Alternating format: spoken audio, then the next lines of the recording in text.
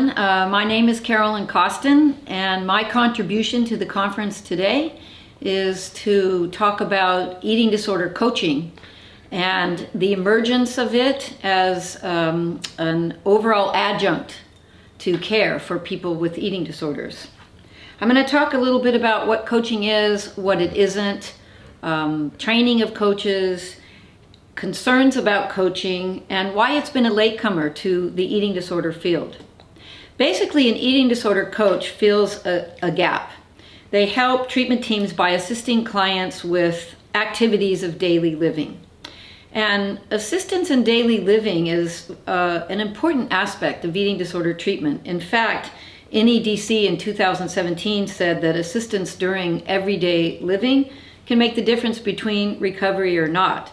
I certainly know that for myself, having recovered from an eating disorder and having worked in the field now for 40 years in a variety of different levels of care, being a private practice therapist and running treatment programs, and now training coaches. Anyway, so basically what happens is with a coach, coaches assist therapists, treatment teams, and even family members in helping clients specifically meet and deal with behavioral challenges. For example, coaches are trained to offer assistance with meals, grocery shopping, clothes shopping, cooking, even attending social functions, spending time at a client's home when they transition. Let's say a client is discharging from residential treatment and is going home and needs some time to adjust, setting up their kitchen, getting rid of laxatives that they had in the house. Coaches also, probably the most complicated and complex aspect of coaching is the coach who does live-ins, where they will actually go and live with the client for a period of time during a transition or in an area where there's little support. For example, I had a client who went to a residential treatment center in the US, was after discharging from that program was going back to India, where there was very little support. So a coach flew there and lived in a guest house and helped with a 3-month transition for the patient back to her regular life. The other thing coaches do is ongoing tech support. So for example, if someone is struggling in the moment, then they can text the coach. In some ways, it's similar to think of them in ways that 12-step sponsors do with chemical dependency. So the important thing to start off with here is that eating disorder coaching is here. It is increasingly being sought out as a supplemental aspect to treatment. And my company, the Carolyn Costin Institute, already has over 60 certified coaches working in 8 different countries. So since clinicians and clients and their families are seeking out coaching, what we really have to do is take it seriously and address the concerns that are out there about coaching so that we can ensure its quality and success. So why has coaching taken so long to emerge in the field of eating disorders? Because coaches have existed for years in other things, like we all know about life coaches or sober coaches who have existed in the field of chemical dependency for a really long time and are known as a major aspect of helping people with addictions recover. But coaching has lagged behind in the eating disorder field due, I think, to 4 primary concerns that I'll list and then I'll go into more detail. So the first concern is fear that clients might use a coach instead of a professional like a therapist or a dietitian. And, you know, the reality of that is that it assumes that coaches are doing the same job as a therapist or a dietitian, and they're not. Coaches actually supplement the work of a therapist or dietitian or other licensed professional. The second concern is that anyone can claim to be an eating disorder coach and be unprepared and unskilled. And I think this concern is valid, and I think that's why we need to talk about training, and we need to talk about what kind of training and certification that should exist for coaches So this certainly has contributed to the overall apprehension. The third one is that coaches who have lived experience, who are recovered themselves, might be unwell, not well enough to treat patients, or might relapse. And then the fourth one is that being recovered certainly doesn't mean that you know how to help people, and you could potentially hurt people. So regarding the first concern, that eating disorders are complex and complicated and should be handled by professionals, it's very important to know that coaches at my institute, and I'm promoting that this should happen for coaches trained anywhere, should be trained how to stay out of the area of underlying issues, stay out of the whys of eating disorder, stay out of any kind of what we would call treatment or diagnosis, or dealing with the causes of an eating disorder. Coaches are there to deal with here and now. They're here to deal with in the moment, behavioral challenges, and they are also trained to know how to revert back to the therapist or dietitian when a client expresses things like, if a client begins to talk about issues about, oh, this happened with my father, or my past history of abuse. What coaches are trained to do is to say, that's something you need to bring up to your therapist, and how is that going to interfere with our goals today, with you eating your snack this afternoon, or with you adding that new food to your challenge today. So coaches are taught how to redirect things back to the professionals. What coaches do is help in ways that professionals don't want to do, they don't have time to do, or they can't do because of ethical reasons. For example, a therapist doesn't want to be taking late night phone calls or text in the middle of the night when, let's say, a client with binge eating disorder feels like the need to binge and purge. A coach will accompany a client to a gym for a workout. Let's say someone who had exercise addiction, who needs to be monitored for a while while they're getting back to working out. Therapists, those are things that therapists don't want to do. They certainly don't want to do live-ins, and it's unethical to do so, or go on restaurant outings or set up a kitchen. So basically, this in-the-moment support has become what I call filling in the gap, and is really critical, and it's an adjunct, and is helping treatment teams be more successful with their clients. Essentially, what the coaches do is help with what we call exposure and response prevention goals. So let me give you an example of a few of the goals that have recently been set by therapists or dietitians with coaches to help follow through with clients. Eat an afternoon snack daily with the client. Help the client eat 3 new fear foods this week. For example, eating pizza without purging. Meet a client at school for lunch every day. The client has gained weight and needs help buying clothes, or assist in getting rid of the scale or other triggers from the house. So also assigning sometimes to attend social events. And I talked about that a little bit a few minutes ago. There's a concern, the second concern, whether coaches have skill. I already said I think that's a valid concern. And I think it's important to point out the rigorous training that coaches need to have, and also the difference between a coach and a mentor. First of all, mentors are generally considered, and there's a lot of research now for mentors or peer support, and it's considered to be someone who has a mental illness and is recovered from it, and is, for the most part, some mentors are holding groups where people who are in recovery are supporting each other. But for the most part, mentors are people who have recovered and are helping others in their own recovery. And certainly with eating disorders, and I've trained mentors for Project Heal and now for ANED, mentors, all those mentors are recovered. But they have minimal training, they are volunteers, and they aren't trained to do the complicated issues like sitting down and having meals with clients or going into the homes. They're sort of support people and generally run support groups or have specified times where they have sessions with people. They aren't trained in the way that coaches are trained. Coaches have training and certification to the point where they can charge for their services. But what you have to look for in terms of training for a coach is a reputable course provider. So right now, I don't know any other institutions that are certifying eating disorder coaches, but I'm saying, just like I did when I opened the first residential treatment center in 1996 in the US, I started talking about what I think residential treatment centers need to have, and I feel the same way about what coaching certification programs need to have.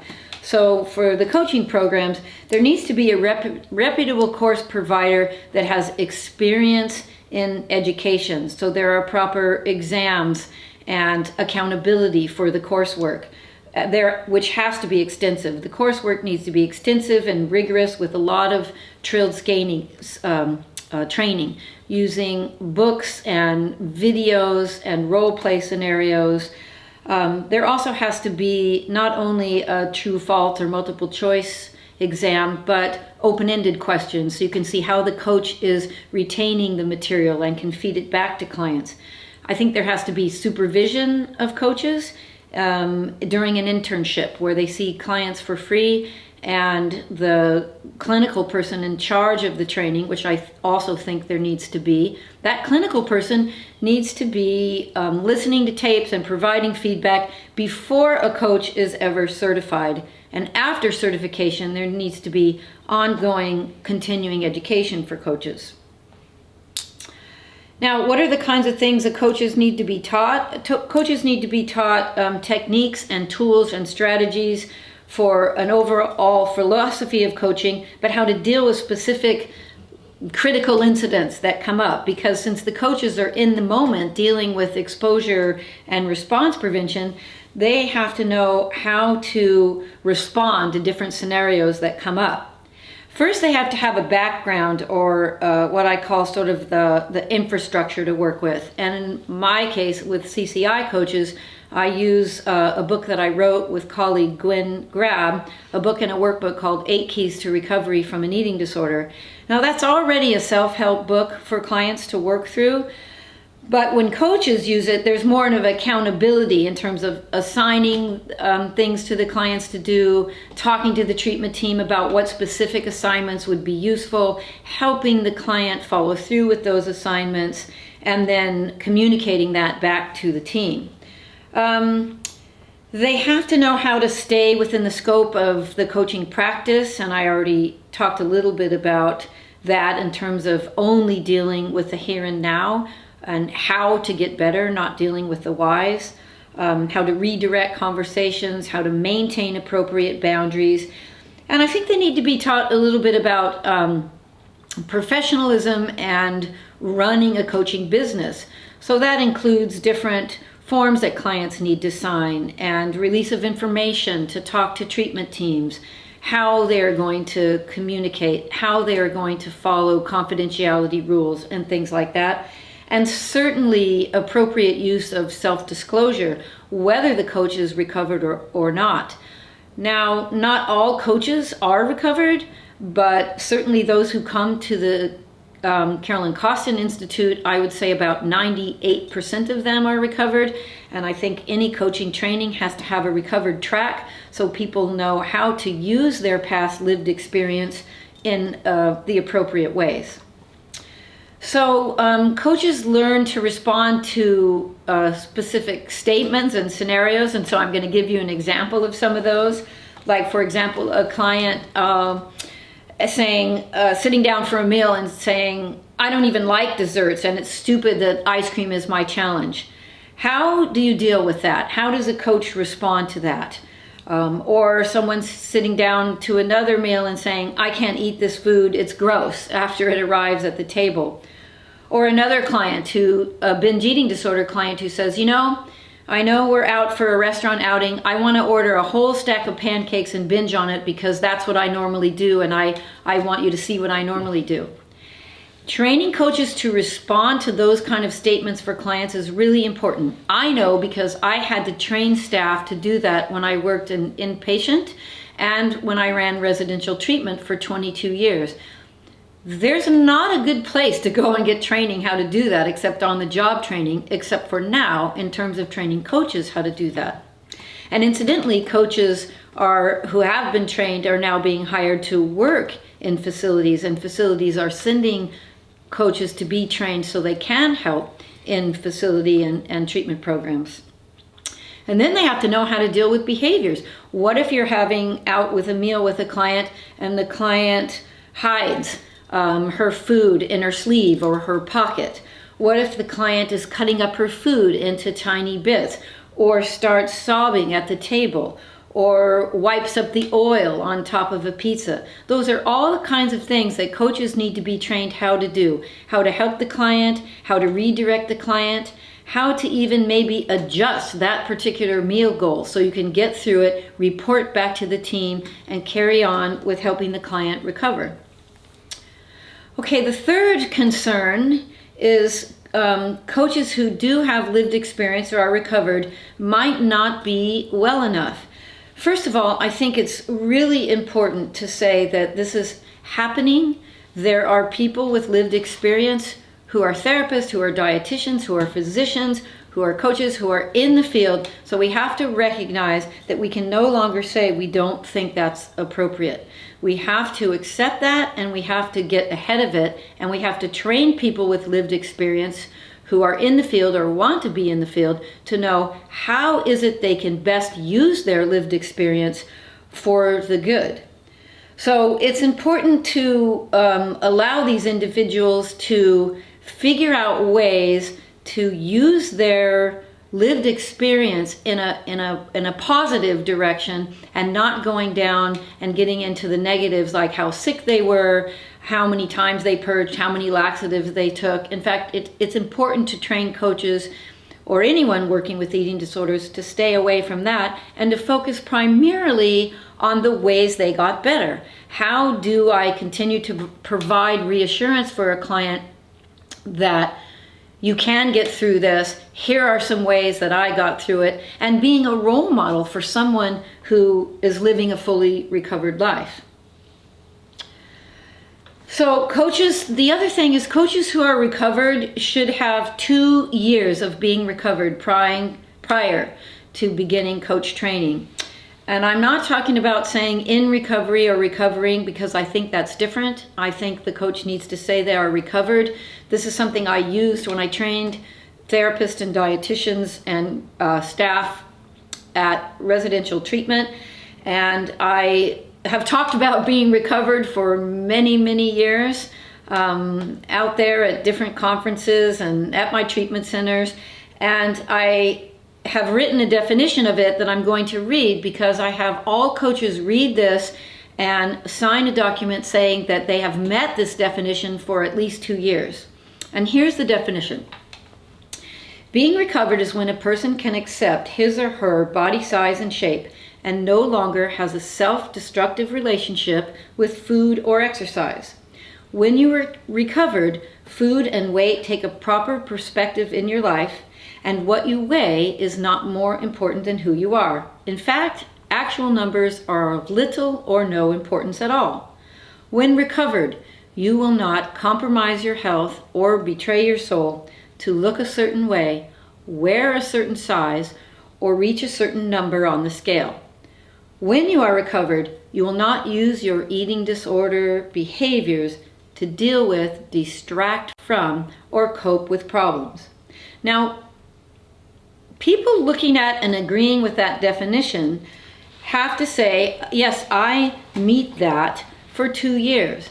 And what I have found in my 40 years of training, mentors, coaches, therapists, dietitians, and other staff members, is that 2-year rule is a good benchmark to require, and made it so that in the 22 years of running residential treatment program, and even before that hospital program, I only had 1 person relapse. And I think it's because if you meet that definition for at least 2 years, a lot of stuff can happen in 2 years. and a lot of stressors can come into your life or things that happen. And if you don't fall back to your eating disorder in that period of time, chances are you are fully recovered and aren't going to fall back. So I do think that it's made working with recovered people and training recovered people successful. And I think it's important to note that clients have said that one of the most cited reasons clients gave for their success at my residential program was working with those who are recovered. So I want to give you some quotes, testimonials from clients who work with a recovery coach, just to see what kind of the things that clients are saying. Having a recovery coach has been the missing link in my recovery journey because it has given me real-time support that I need in order to stay strong and fight my eating disorder self between appointments with my treatment team. Another one said, having my coach to guide me through moments when I feel the urge to engage in behaviors made all the difference. Or engaging with my coach and having daily support, reassurance, accountability has given me the push I needed to finally let go of the parts of my eating disorder self that I had been clinging on to. I just wish I had known about coaching sooner. Or this last one, to me, having a coach means that I have the unconditional support from someone who understands that living with an eating disorder, recovering from an eating disorder, and living a recovered life, what that is like. So there's a lot of research on peer support in the mental health field, a lot of it. I'm just going to summarize this one last study about how peer support decreases morbidity and mortality, increases life expectancy, increases knowledge of a disease, improves self-efficacy, improves reported health status, self-care skills, reduced emergency services. That's all in the area of peer support, which Medicaid care in California has actually said peer support is actually evidence-based treatment. We only have one known study about peer support in the eating disorder field in the International Journal of Eating Disorders in March of 2020, and I'm just going to summarize it here. It basically showed that peer mentorship showed greater reduction in body dissatisfaction, anxiety, depression, binge eating, and restriction. Now, it's preliminary evidence, but it showed that peer mentorship is effective for some cognitive and behavioral symptoms of eating disorders. Now, what's interesting about that is that's only peer support. And remember I said mentorship is a lot less training, not specifically involved with the food, and coaching goes far beyond that, and I think is going to show a lot more efficacy. There's also a lot of research on working with someone who's recovered. If you can see the slide in the background, I'm just going to show all the studies about that. If anyone would like to see a copy of these slides, you can always reach me at carolyncostin.com. That's my website, and you can reach me through that, and I'm willing to send copies of this. But the takeaway is that working with someone who's recovered has many advantages, and the disadvantages are addressed in what I've already talked about, addressed in terms of helping when you're training someone who is recovered to work in the field. So the fourth concern is that being recovered doesn't mean you know how to help and you could hurt somebody. So that covers what I was just alluding to, that the certification process has to teach someone how to take their own personal recovery and use it in ways, not personalizing things, not showing too much empathy, or not being tough enough, for example. Not assuming that what worked for the coach is the same thing that's going to work for the client. Not sharing specific sordid details about their illness. Sharing according to what the client's needs. Like, you don't talk about using laxatives if the client you're seeing is someone with restrictor anorexia who never used laxatives. And always supporting the goals of the professional treatment team, and always communicating with the team. And communicating could be showing up to treatment team meetings, sending updates, in a secure way, or if email is used, learning how to do that in a way like using initials or things like that, so there's no confidentiality issues. And working with families and getting consents with families, and working in the conjunction with the treatment team if you're going to talk with a family. Some of the coaches have helped families with family-based treatment when the family is exhausted from continuing having meals. So the coach may show up to school, for example, and have lunch with a client, or come in the evenings and have dinner with the client when a family needs a little bit of help following through with the family-based guidelines. So I'm going to end by saying what therapists and dietitians have said about, and I'm just going to give you a few examples of quotes from therapists and dietitians. Here's one: "I'm grateful that recovery coaches are there for accountability and inspiration when clients are struggling in the moment and need help that I can't be there to give." Or another one: "Eating disorder coaches allow for the transfer of advice, strategies, knowledge, etc. to help the client on the day-to-day basis. Eating disorder coaches encompass the ethos of the treatment team, supporting the client outside of the weekly meetings to put plans into action. The coach provides feedback to the team on how the client is managing, which allows effective changes in treatment planning to occur." Here's one thing a dietitian said: "Coaches have meals with clients, cook with them, and provide meal support services.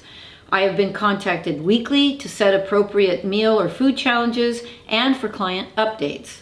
It's wonderful to know that I do not need to be the one to be present for every snack or meal challenge. I plan to utilize coaches whenever needed, whether in person or by video. What a great asset to my practice." And finally, I'll end with this one. A therapist recently wrote me and said, "At this point, I never want to work with a client without having a recovery coach." I firmly believe coaching is going to be a game changer in the field of eating disorders, partly for the fact that it is greater access to more support, because coaches are far less expensive than professional staff. They help assist in the day-to-day challenges, most of whom are recovered, which adds inspiration and motivation and role modeling for patients who are struggling. So I hope this has inspired people to take a look further at coaching and its important place in the overall care of people with eating disorders. Thank you for your time and attention, and I thank everyone for including this presentation in the overall conference today.